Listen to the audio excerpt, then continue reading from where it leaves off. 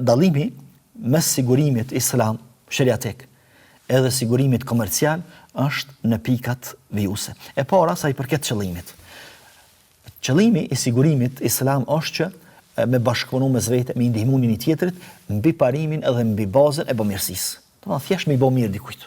Unë jam pjesëtar, unë jam antar i një grupit ku me mbledhim një fond caktuar, mirë po thjesht unë e vaj këto me vullnet. Unë mos se kam dert për arsye se qëllimi është që me ndihmu tjerë. Përderisa te sigurimi komercial synimi është e fitimit. Domethënë kompanitë e sigurimeve nuk janë ngrit vetëm se duhen me fitu edhe. Nëse s'kan fitim, edhe nuk punojnë. Argumenti më i qartë për këto është se domethënë për rreziqet të cilat nuk sjellin fitim nuk sigurohen. Domethënë nuk të ofron sigurim për to. Pastaj pronësia e fitimit. Te sigurimi islam, nëse ndodh që personat të cilët e kanë themelu arkën e përbashkët ose fondin e përbashkët, edhe nuk i ka ndodhur aksident askujt, edhe ka fitim. Atëherë kjo është pronë e çatyre që kanë participuar. Ndërsa te sigurimi komercial, fitimi çka mbetet në fund vitit ose kur i kanë llogarit, i mbetet kompanisë ose personit ose individit që këta që kanë siguru, këta nuk ju kthehet asgjë. Pastaj mbulimi i deficitit. Te sigurimi islam ose te avoni, nëse ka deficit, qysh mbulohet? Mbulohet prej antarëve të sigurimit. Për shembull thuhet që fondin që e kemi themelu është harxhu. Kemi nevojë me shtu, shtojnë, participojnë për arsye se edhe ashtu participimi është mbi bazën e bëmirësisë edhe me ndihmën e tjetrin në punë të mira. Ndërsa deficiti që mundet të shfosh te kompania e sigurimit e bartë.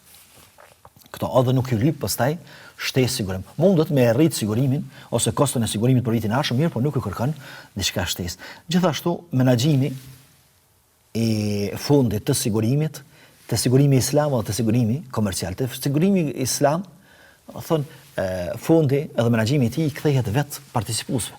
Ose nëse këta e caktojnë dikan, i cili merr rrogë, mirë, po e menaxhon investanton. Gjitha fitimet, për investime që vijnë, prap ju kthehen participuesve ose klientëve. Përderisa te sigurimi komercial, menaxhimin edhe investimin eventual ti e bën kompania e sigurimeve dhe të gjitha i merr ai. Gjithashtu edhe nga natyra e kontratës, kontrata e sigurimit islam është kontratë vullnetare, ndërsa kontrata e sigurimit tregtar ose komercial është kontratë mbi bazën e këmbimit. Domethënë ti jep sepse keme marrë. Domethënë ky është dallimi mes dy formave të sigurimit, sigurimi komercial dhe sigurimi islam. Pastaj nëse ndodh me u shpërbë kompania e sigurimit. Kompania e sigurimit islam edhe kompania e sigurimit komercial. Nëse, përfundon afati ose mirën vesh klientët që me shpërbë kompaninë e sigurimit, atëherë të gjitha fondet që janë aty i kthehen kontribuese, i kthehen atyre që kanë participuar. Ndërsa nëse shpërbëhet kompania e sigurimit komercial, çka ka prej fondeve, çka ka prej fitimeve, investimeve, i mbesën kompanisë edhe participuesit, edhe ata që e kanë siguruar veten s'kan kur farë hisën atë.